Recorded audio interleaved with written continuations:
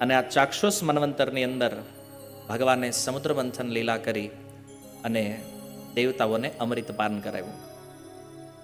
પરીક્ષિત મહારાજ કહે છે, સુખદેવજી, આ લીલાને આપણે આમ સમાપન નથી કરવાની, તો આનો થોડોક વિસ્તાર કરો. ત્યારે સુખદેવ ગોસ્વામી કહે છે, એકવાર દેવતાઓ શ્રીથી હીન થયા છે, સ્વર્ગથી એને કાઢી મૂકવામાં આવ્યા છે. અસુરોએ સ્વર્ગ ઉપર આધિપત્ય પ્રાપ્ત કર્યું છે. કારણ શું છે?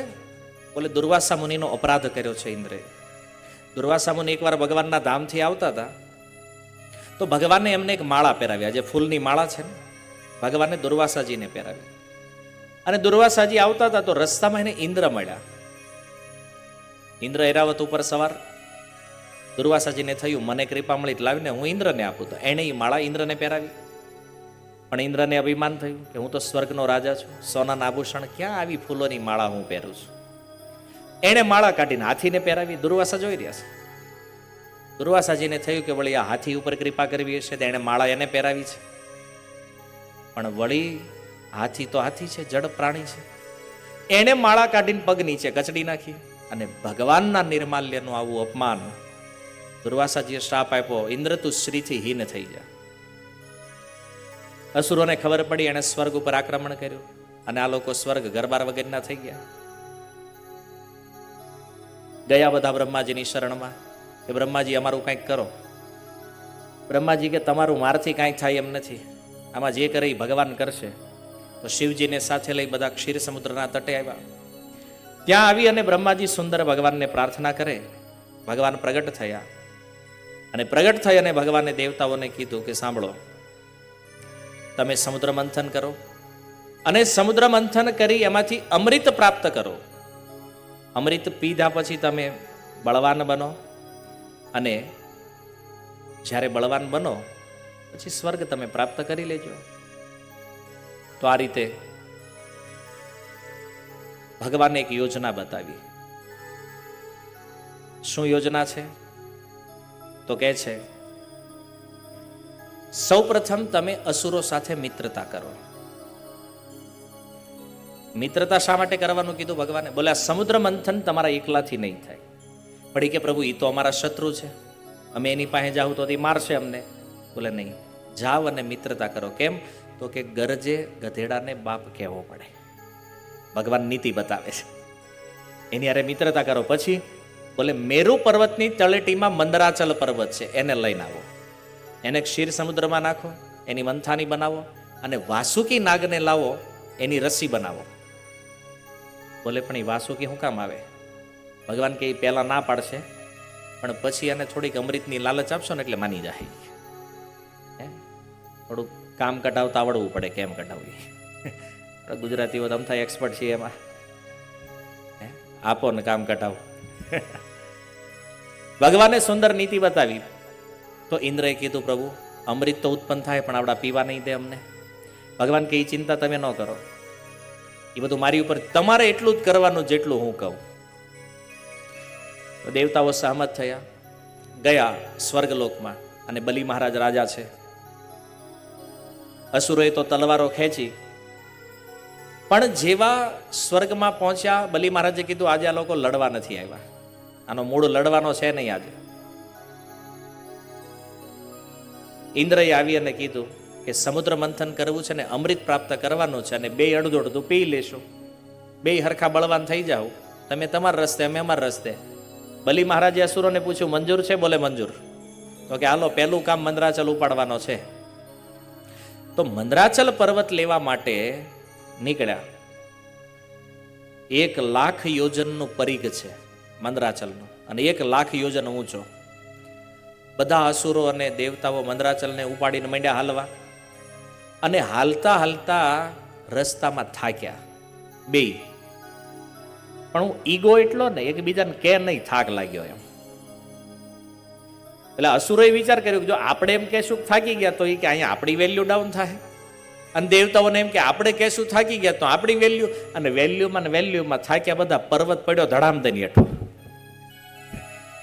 એમાં ઓલા સાઈડમાં જે હાલતા હતા ને, એમાં અમુકના હાથ ભાંગી ગયા, અમુકના પગ ભાંગ્યા, અમુકની કમર ભાંગી ગઈ, અને અમુક ડાયા હતા ને હેઠે હાલતા હતા.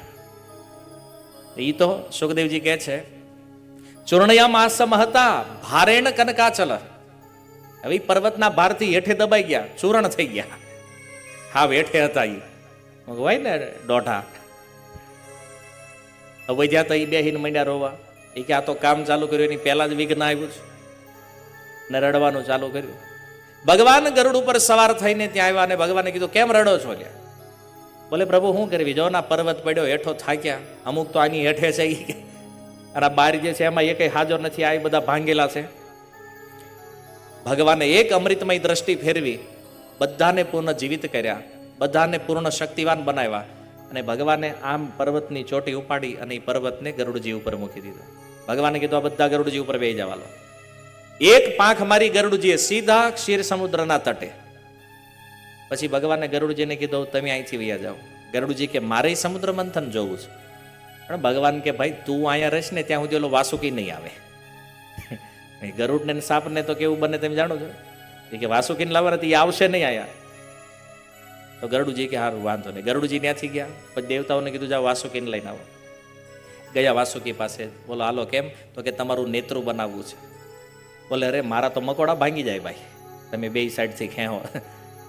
અરે એ કે ભાંગી જાય એનો વાંધો નહીં, 5% તમારો ભાગ એમાં પ્રોજેક્ટમાં રાખી દઈએ.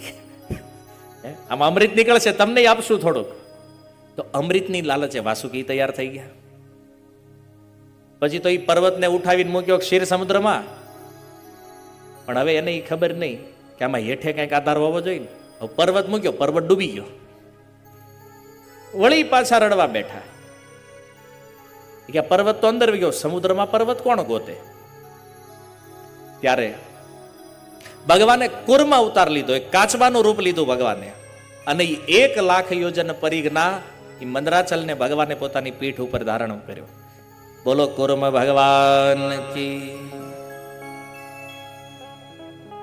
ધીરે ધીરે પર્વત બહાર આવ્યો, આમ ટોચ દેખાણી, બધા વળી મોજમાં આવી ગયા પાછા. કે જોઈ બહાર નીકળ્યો, બહાર આવ્યો પર્વત, કે આમ સામે દેખાય. વાસુકીનું નેત્રું બનાવ્યું અને ભગવાને દેવતાઓને ઈશારો કર્યો, મોઢું પકડી લો જઈને વાસુકીનું. તો પેલા દેવતાઓ આવ્યા, મોઢું પકડી લીધું.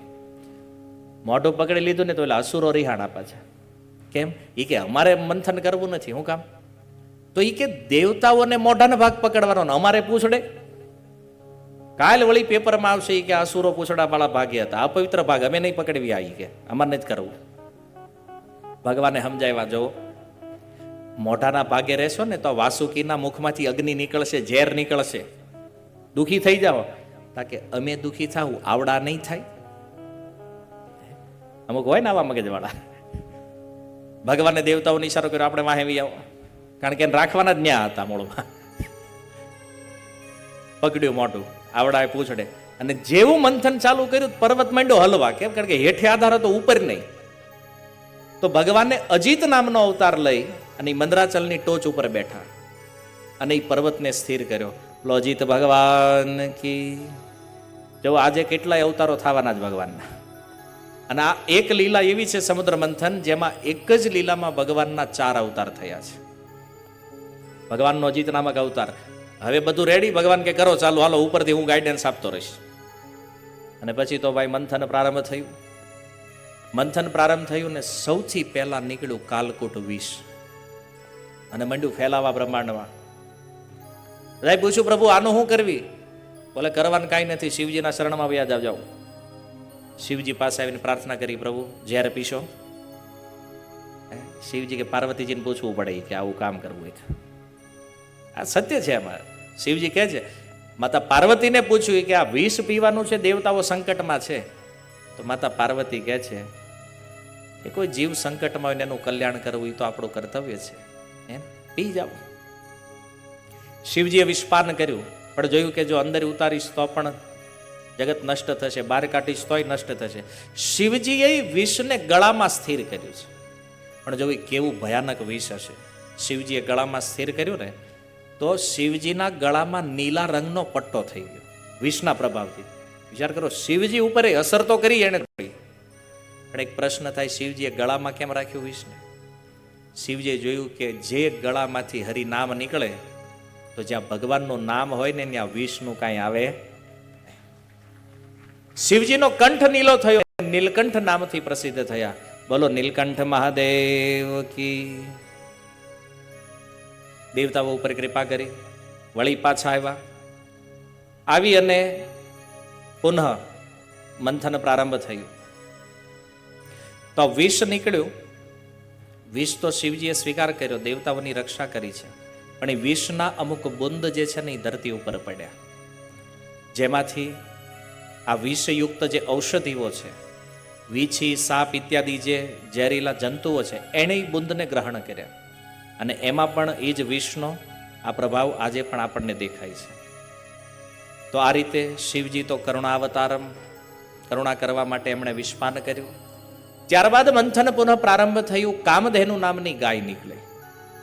અસુરો કે અમારે જોતી, ભગવાન કે તમારે ગાયને શું કરવી, તમે તો મારીને ખાવા વાળા છો ગાયને, તમારે ગાયને શું કરવી, આ દેવતાઓને આપો, એ કાંઈક યજ્ઞ કરશે, હવન કરશે, કાંઈક સારા કર્મો કરશે. કામધેનુ ગાય દેવતાઓને આપી. ઉચ્ચેશ્રવા નામનો ઘોડો નીકળ્યો. અસુરો કે અમારે જોતો છે, ભગવાને કીધું વાંધો નહીં, લઈ લો. બલિ મહારાજને એ ઘોડો આપ્યો. પછી ઐરાવત નામનો હાથી નીકળ્યો. ઓલા કે એ અમારે જોતો, ભગવાન કે ચીટિંગ નહીં, વારો કોનો છે, તેમ ઘોડો લીધો ને. હાથી દેવતાઓને મળે છે, ઐરાવત આપ્યો ઇન્દ્રને. ત્યાર પછી કૌસ્તુભ મણિ નીકળ્યો. સમુદ્રનો જે તટ હતો ને, તટ ઉપર આવ્યો એવો મોટો મણિ. અસુરો કે અમારે જોતો, ભગવાન કે અમારે અમારે કરો છો, આટલી મેં મહેનત કરી છે, મારા ભાગમાં કઈ આવે કે નહીં? તો બધા કે સારું એક કામ કરો, મણિ ભગવાનને કે તમે લઈ લો. તો એ મણિ સ્વતઃ ઉઠી અને ભગવાનના કંઠમાં સ્થિત થઈ ગયો, કૌસ્તુભ મણિ. ભગવાનને કઈ ચેન બેન બનાવીને ધારણ કરવાની જરૂર નથી. અને જો કૌસ્તુભ મણિ ભગવાનમાં એવી રીતે સ્થિત છે, જ્યારે જરૂર પડે ને તો પ્રકાશિત થાય, અને જરૂર પડે તો અદ્રશ્ય પણ થાય. ભગવાને પોતાના ગળામાં સ્થિત રાખ્યો. ત્યાર પછી કલ્પવૃક્ષ નીકળ્યું. અસુરો કે અમારે જોતું, ભગવાન કે પાંદડા ખરશે, વાળવું જ રોજ તમારે, આ રહેવા દો, કે આ દેવતાઓને આપી દો. આપી દીધું દેવતાઓને. પછી અપ્સરાઓ નીકળી. અસુરો કે આ અમારે જોઈ, ભગવાન કે વારો કોનો? તો કે અમારો જ. કેમ? એ નહીં, ઝાડ તો તમે પાસ કર્યું હતું, હે ને, વારો તમારો નહોતો, તમારે લઈ લેવું જોઈએ. એટલે અપ્સરાઓ મળશે દેવતાઓને. પછી લક્ષ્મીજી પ્રગટ થયા. લક્ષ્મી કોને ન જોઈએ? બધા લક્ષ્મી પાછળ, દેવતા હોય તે, અસુર હોય તે. બ્રહ્માજીએ કીધું આનો સ્વયંવર થશે, લક્ષ્મીજી જે ચયન કરશે એને ઈ માળા પહેરાવશે. અને વિશ્વમાં પ્રથમ પહેલો સ્વયંવર બ્રહ્માજીએ કરાવ્યો લક્ષ્મીજીનો. પહેલા લક્ષ્મીજીનો ખૂબ સુંદર અભિષેક કરવામાં આવ્યો, સુંદર એમનો શ્રૃંગાર કરવામાં આવ્યો, અને પછી એક વરમાળા હાથમાં આપી અને દેવતાઓને અસુરોને લાઈનમાં બેસાડી દીધેલા. જે પસંદ આવે ને ગળા માળા નાખી દેવાની. લક્ષ્મીજી બધાને જોતા જોતા નીકળ્યા, પણ કોકમાં કાંઈક ને કાંઈક દોષ દેખાણા એને. ઇન્દ્રને જોયા તો કે આને તો ઘર જ નથી, અત્યારે જ ઘરની બહાર છે. હે પછી સૂર્યદેવને જોયા તો કે આની યાર લગ્નનો કેમ તપેલા જ રહી ગયા કાયમ. ચંદ્ર તો કે આ કાયમ ઠંડા જ રહે છે. એક પછી એક દેવતાઓમાં દોષ, અને અસુરો જોયું એમાં, આમાં તો એ કઈ કામના જ નથી. નીકળ્યા. અંતે ભગવાન નારાયણ ઉપર દ્રષ્ટિ ગઈ. જો લક્ષ્મીજીને બધામાં દોષ દેખાણો, ભગવાન નારાયણમાં પણ દેખાણો. હું લક્ષ્મીજી કે મારે આની હારે વિવાહ કરવા છે, પણ ઈ મારે હામું જોતા નથી. ભગવાન તો આમ એક બાજુ બેઠેલા, ભગવાનને કઈ મતલબ નહોતો સ્વયંવરથી. લક્ષ્મીજી કે એને કરવા કે ન કરે, આપણે કરવા. જઈને માળા ભગવાનના ગળામાં નાખી દીધી. બોલો લક્ષ્મી નારાયણ ભગવાન કી. અને લક્ષ્મીજીને ભગવાને પોતાના વક્ષસ્થળ ઉપર સ્થાન આપ્યું છે, શ્રીવત્સના રૂપમાં. ત્યારબાદ પુનઃ મંથન પ્રારંભ થયું. ક્યાંક ક્યાંક પુરાણોમાં એવી કથા છે કે આના સિવાય શંખ, ચંદ્ર, આવા ઘણા રત્નો નીકળ્યા હતા, અને એ રત્નોને પણ અલગ અલગ લોકોને આપી દેવામાં આવ્યા. જો પત્નીના ભાઈને સાળા શું કામ કહેવામાં આવે છે ખબર છે? લક્ષ્મીજી જ્યારે પ્રગટ થયા ને સમુદ્રમાંથી, તો એની હારે એક શંખ પ્રગટ થયો હતો, જેનું નામ હતું સાલા શંખ. એનું નામ હતું સાલા શંખ. અને ત્યારથી શંખ જે છે ને એ લક્ષ્મીજીના ભાઈ છે, તો પત્નીના ભાઈને ત્યારથી સાલા કહેવામાં આવે છે. બધા શબ્દોનો ઇતિહાસ છે. ચંદ્રમા નીકળ્યો તો કે શિવજીને બહુ તાપ લાગતો હશે વિષનો. ચંદ્રમા શિવજીને આપો, માથે રાખે ઠંડા રહે. ચંદ્રમા શિવજીને આપવામાં આવ્યો. અને અંતે મંથન કર્યું, વારુણ દેવી પ્રગટ થયા, અસુરોને આપવામાં આવ્યા. પુનઃ મંથન પ્રારંભ થયું. સુખદેવજી કહે છે, અમૃત પૂર્ણ કલશમ બિભ્રદ વલય ભૂષિત સવૈ ભગવત સાક્ષાત વિષ્ણુર અંશાંશ સંભવ. ભગવાન વિષ્ણુના અંશના અંશ એટલે કે ભગવાનના કલા અવતાર ભગવાન ધન્વંતરી હાથમાં અમૃતનો કળશ લઈ અને પ્રગટ થયા. બોલો ધન્વંતરી ભગવાન કી. આ આયુર્વેદના પ્રણેતા છે ભગવાન ધન્વંતરી. ભગવાન વિષ્ણુના અંશનો અંશ એટલે ભગવાનનો કલા અવતાર છે. પણ જેવું એ કળશમાં અસુરોએ જોયું કે આમાં અમૃત છે, લઈને ભાગ્યા. અને ભાગ્યા અને ઓલા દેવતાઓ બિચારા કઈ કરીએ ક્યાં નહીં, નાન્યાને બેઠા અને ભગવાનને કહેવા માંડ્યા, અમે કીધું હતું ને આવડા નહીં પીવા દે આપણને.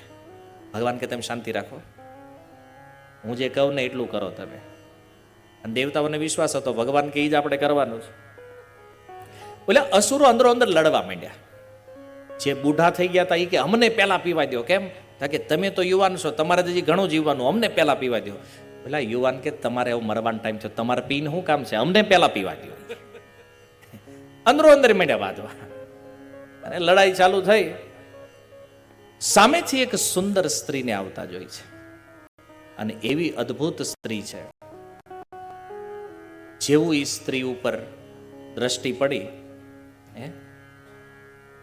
બધા સુર એકબીજાને કહ્યું, એ શાંતિ શાંતિ, સાયલેન્ટ. કેમ? First impression is the last.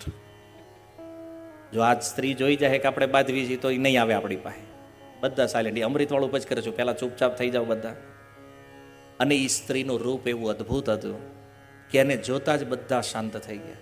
અને જેવી સ્ત્રી નજીક આવે છે તરત જ આ લોકો દોડતા દોડતા ગયા એની પાસે અને પૂછવા માંડ્યા કે હે કમલ નયના, તમે કોણ છો? ક્યાંથી આવો છો? શું કરવા ઈચ્છો છો? કોના પુત્રી છો? અમને કયો. કેમ? તમને જોતા જ અમારા મન ચંચળ થયા છે. જોતા એવું લાગે છે કે કોઈ દૈત્ય, સિદ્ધ, ગંધર્વ, ચારણ, લોકપાલ કોઈએ તમારો સ્પર્શ હજી સુધી કર્યો નથી. અમને લાગે છે કે અમારી હાટુ જ ભગવાને તમને અહીં મોકલ્યા છે. એક કામ કરો ને, શું અમારી વચ્ચે અમૃતને લઈને ઝઘડો થાય છે, ઝઘડો સુલટાવી દો ને, અમને અમૃતની વહેંચણી કરી દો ને. બોલો, એ સ્ત્રીએ કાંઈ પૂછ્યું નથી, એ કાર્ય આટલું બોલી ગયા આવડા. અમે બધા મહર્ષિ કશ્યપના પુત્રો છીએ અને સમુદ્ર મંથન કર્યું હતું, પણ હવે ઝઘડો થઈ ગયો છે અમૃત માટે, આ તમે સુલટાવી દો. તો જો એ સ્ત્રી બીજું કોઈ નથી, સાક્ષાત ભગવાન મોહિનીના રૂપમાં પ્રગટ થયા છે. આ તો વિચાર કરો કે નારાયણ જ્યારે નારી બન્યા છે, એનું રૂપ અસુરોને મોહિત કરે છે. પણ ભગવાન એ ભગવાન છે ને, ખાલી રૂપમાં સુંદર નથી, બોલવામાં એટલા પટુ છે. એને કીધું તમે કશ્યપજીના પુત્રો છો અને હું તો એક રસ્તે રખડવા વાળી કોલટા છું. મારી ઉપર તમે ન્યાય કરવાની આવી જવાબદારી મૂકો છો. જો બુદ્ધિમાન માણસ મારી જેવી સ્ત્રીનો ક્યારેય વિશ્વાસ કરે, આ એક નીતિ છે. સામે વાળાને તમારે હલવાડવો હોય ને, આ નીતિ એના વગર. માની લો તમારા ઘરે કોક આવે ને એમ કે અમારા ઘરે ડખો થયો, સમાધાન કરવા આવો ને, પછી આપણે એમ કે નહીં અમને રહેવાય દો, અમે એમાં ન હલી. નહીં, બીજા કોકને બોલાવી લો. નહીં નહીં, તમારી સિવાય આ સુલટે એમ જ નથી. એટલે આપણને ખબર પડી જાય કે હવે આપણને લીધા વગર જવાનું નથી. પછી એને તમે એમ કહો ના ના ભાઈ મને રહેવાય દો, અમે આમાં ન હાલે. એટલે ઓલો પછી પરાયણે સરેન્ડર જ થઈ જાય. નહીં, તમારે જ આવવાનું છે. એમ ભગવાન આ નીતિ વાપરી રહ્યા છે અસુરો. એ કે તમે આટલા બુદ્ધિમાન કશ્યપજીના પુત્રો, ભણેલા ગણેલા, હું રસ્તે રખડવા વાળી સ્ત્રી, મારી ઉપર ભરોસો કરો તમે? આ બુદ્ધિમાની નથી. ત્યારે એક નીતિ ભગવાન કે છે દૈત્યો, સાલા વૃકાણામ સ્ત્રીણામ ચ સ્વૈરીણામ સુરદ્વિષ. જો વરુ અને લંપટ સ્ત્રી, આની મિત્રતા કાયમી હોતી નથી.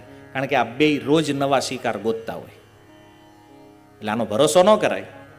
આવું ભગવાને જ્યારે આવી વાત કરી, ઓલાને તો એમ થઈ ગયો, ઓહો કેટલી બુદ્ધિમાન સ્ત્રી છે, હા કેટલી વિનમ્ર છે. નહીં નહીં, હવે તો નિર્ણય તમારે જ કરવાનો છે. તો ભગવાન શું કહે ખબર? જો આ ધંધો આપણે પહેલા ક્યારેય કર્યો નથી.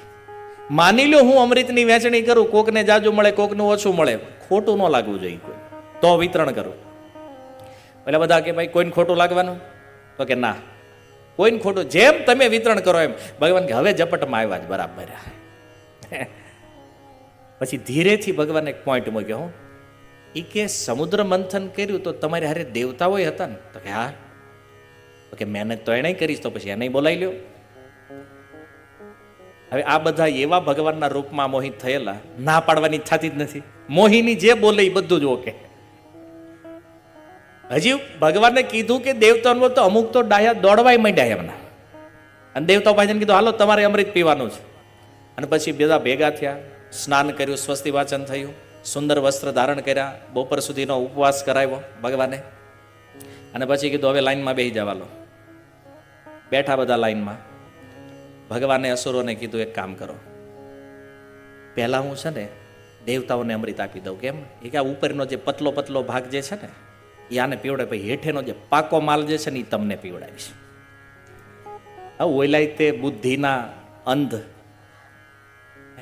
એને ખબર નહીં કે આડું અમૃતમાં જાડું પતલું ન હોય, એક જ રસ હોય બધું, આમાં એક હરખું જ હોય.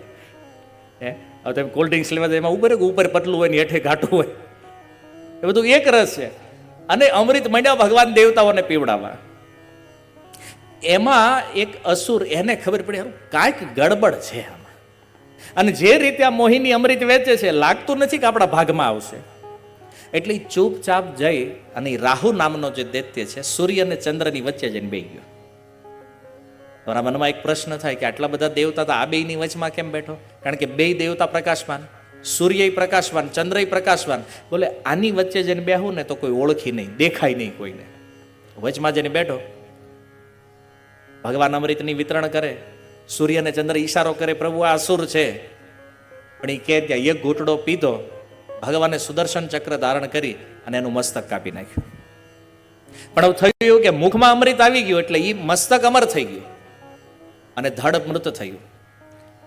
બ્રહ્માજી એને એક ગ્રહની ઉપમા બી, છાયાગ્રહ છે. જો આજે પણ સૂર્યગ્રહણ અને ચંદ્રગ્રહણ થાય તો વિજ્ઞાન એવું કહે છે કે સૂર્ય અને ચંદ્રની વચ્ચે એક છાયાગ્રહ આવે છે. 5000 વર્ષ પૂર્વ ભાગવતમાં લખ્યું છે કે સૂર્ય અને ચંદ્રની વચ્ચે આવવા વાળો એ ગ્રહ જે છે એ સ્થૂળ નહીં, છાયાગ્રહ છે. શ્રીમદ ભાગવતમ. તો આ રીતે અસુરોને ખબર પડી કે આપણે છેતરાણા, ને પછી બધાએ પોતપોતાના શસ્ત્ર ઉઠાવ્યા. હવે દેવતાઓ તો અમૃત પીને બળવાન થઈ ગયા છે. એવો ભયાનક સંગ્રામ થયો છે એ બંનેની વચ્ચે, જે દેવાસુર સંગ્રામના નામથી પ્રસિદ્ધ છે. અને આ યુદ્ધમાં બલિ મહારાજની મૃત્યુ પણ થઈ છે. પ્રસંગ પૂર્ણ કરતા સુખદેવજી કહે છે, એવમ સુર અસુર ગણા સમદેશ કાલ. આ સુર અને અસુર જે બે છે, સમાન દેશ, સમાન કાળ, સમાન મહેનત, બધો પ્રયાસ સમાન કર્યો છે એને, છતાં ફળમાં કેમ ભેદ રહી ગયો છે? તો એનું એકમાત્ર કારણ એ છે કે આ જગતમાં મહેનત કોઈ ગમે એટલી કરે, પ્રયાસ કોઈ ગમે એટલો કરે, ફળ એના જ ભાગમાં આવશે જેણે ભગવાનના ચરણોનો આશ્રય લીધો છે. બાકી આ અસુરોની જેમ મહેનત કરી કરીને આયા કરોડો અરબો રૂપિયા મૂકીને મરી જાય, ભાગમાં કાંઈ નહીં થવાનું. પણ ભક્તો જે છે એને ભગવાન અપાર સુખની પ્રાપ્તિ કરાવે છે. થોડો એવો પરિશ્રમ પણ જો ભગવાનના આશ્રયમાં રહીને કોઈ કરે તો ફળ એના ભાગમાં. આપણને એમ લાગે દુનિયામાં મહેનત બધાએ ખરખી કરે, છતાં ફળના ભાગી ભગવાનના ભક્ત જ બનવાના છે. આ લીલાનો સાર છે. ભગવાનને કોઈથી દ્વેષ નથી, પણ ભગવાનની કન્ડિશન સમજો. ભગવાનની એક જ કન્ડિશન છે કે જે મારા આશ્રયમાં રહેશે એને હું મદદ કરીશ. પછી અસુર હોય, મનુષ્ય હોય, દેવતા હોય, ભગવાનને કોઈ ફરક નથી પડતો. તો દેવતાઓ ભગવાનના આશ્રિત છે એટલે ભગવાન એની હેલ્પ કરે છે. જ્યારે અસુરો ભગવાનથી દ્વેષ કરે છે તો ભગવાન એને મારે છે. બલિ મહારાજનું જ્યારે મૃત્યુ થયું દેવાસુર સંગ્રામમાં, શુક્રાચાર્ય સંજીવની વિદ્યા દ્વારા બલિ મહારાજને જીવિત કર્યા અને બલિને કીધું, બલિ બ્રાહ્મણોની સેવા કર અને યજ્ઞ કર, તને વિશ્વ વિજેતા બનાવશું અમે. બલિ મહારાજ એવા બળવાન થયા કે એને પાછું સ્વર્ગ પ્રાપ્ત કરી લીધું. બોલો, દેવતાઓએ અમૃત પીધું તોય સ્વર્ગ વયું ગયું પાછું. પુનઃ સ્વર્ગ જ્યારે બલિ મહારાજના હાથમાં ગયું ત્યારે બધા દેવતાઓ પાછા ગયા ભગવાન પાસે. બોલે, પ્રભુ આ સ્વર્ગ વયું ગયું છે. માતા અદિતિ કશ્યપજીને કહે છે મારા દીકરા પાછા ઘરબાર વગરના થઈ ગયા, કંઈક કરો. કશ્યપજી એને કીધું કે તમે પયોવ્રતનું પાલન કરો, જેનાથી ભગવાન તમારી ઉપર કૃપા કરશે, તમારા પુત્રોની રક્ષા કરશે. માતા અદિતિ પયોવ્રતનું પાલન કરે, જેના ફળ સ્વરૂપ એમને ત્યાં ભગવાન વામનના રૂપમાં પ્રગટ થયા. બોલો વામન ભગવાન કી જય. ભગવાન વામનના રૂપમાં પ્રગટ થયા. ભગવાન ગયા બલિના યજ્ઞમાં અને બલિ પાસે સંકલ્પ લેવડાવ્યો 3 ડગલા ભૂમિ માટે. શુક્રાચાર્ય આવીને કહે છે બલિ મૂર્ખતા નહીં કરે. કેમ? બોલે આ બ્રાહ્મણ નથી, આ વિષ્ણુ છે. બોલે તો આજ મારું સૌભાગ્ય છે કે અનંત બ્રહ્માંડના નાથ ભગવાનને મારા આંગણે માગવા આવવું પડ્યું છે. હે ગુરુદેવ, જો તમે કહો છો કે આ વિષ્ણુ છે તો પછી દેવામાં આજ બલિ પાછો નહીં પડે. શુક્રાચાર્ય કે ગાંડો થામા, આ વિષ્ણુ તારી પાસેથી બધું લઈને એને નથી જોતું કાંઈ, એ તો લક્ષ્મીના સ્વામી છે, આ દેવતાઓ માટે લેવા આવ્યા છે. બલિ કઈ હું કાંઈ નથી જાણતો, આ જો ભગવાન છે તો આજ હું પાછો નહીં હટું. શુક્રાચાર્ય કે મારી વાત માનતો નથી, જ્યાં હું તને શ્રાપ આપું છું તું શ્રીથી હીન થઈ જા. અને શુક્રાચાર્ય શ્રાપ ભગવાન કે આપણે આજ તો કરાવવા નતું. શુક્રાચાર્યનો શ્રાપ 3 ડગલામાં ભગવાને બધી ભૂમિ માપી લીધી અને બલિને બંદી બનાવ્યા છે. પણ જો બલિને બંદી બનાવીને ભગવાને બલિ ઉપર ઉપકાર કર્યો છે. શું? એને સૂતલ લોકનું રાજ આપ્યું ભગવાને અને કીધું બલિ આ 7મો મન્વંતર જ્યારે પૂરો થાય, 8મા મન્વંતરમાં હું તને ઇન્દ્ર બનાવીશ સ્વર્ગમાં. અને કેવલ ભગવાને એને સૂતલ લોક મોકલ્યા એવું નથી, એ જ બલિના પહેરેદાર બનીને ભગવાન પણ સૂતલ લોકમાં રહે છે. પુરાણોમાં લખ્યું છે કે બલિ મહારાજનો 1000 દરવાજા વાળો મહેલ છે અને ભગવાન 1000 સ્વરૂપમાં ત્યાં ઉભા રહી અને ભગવાનના ચોકીદાર બન્યા છે. આ વિચારણીય છે. એક વાત વિચારવા જેવી છે કે સાક્ષાત શુક્રાચાર્ય જેણે બલિને જીવિત કર્યા, પણ જ્યારે ભગવાન આવ્યા અને એ ગુરુ વચ્ચે આવ્યા ને તો બલિએ ગુરુનો પણ ત્યાગ કર્યો છે. તો સિદ્ધાંત એ છે કે આ જગતમાં કોઈ ગુરુ જ્યારે ભગવાનને મળવામાં જો વચ્ચે આવે તો આવા ગુરુનો પણ ત્યાગ કરી દેવો જોઈએ. આ ભાગવત કહે છે ગુરુનું કાર્ય છે ભગવાનથી શિષ્યને મેળવવો, નહીં કે ભગવાન પાસે જાતા એને રોકવો.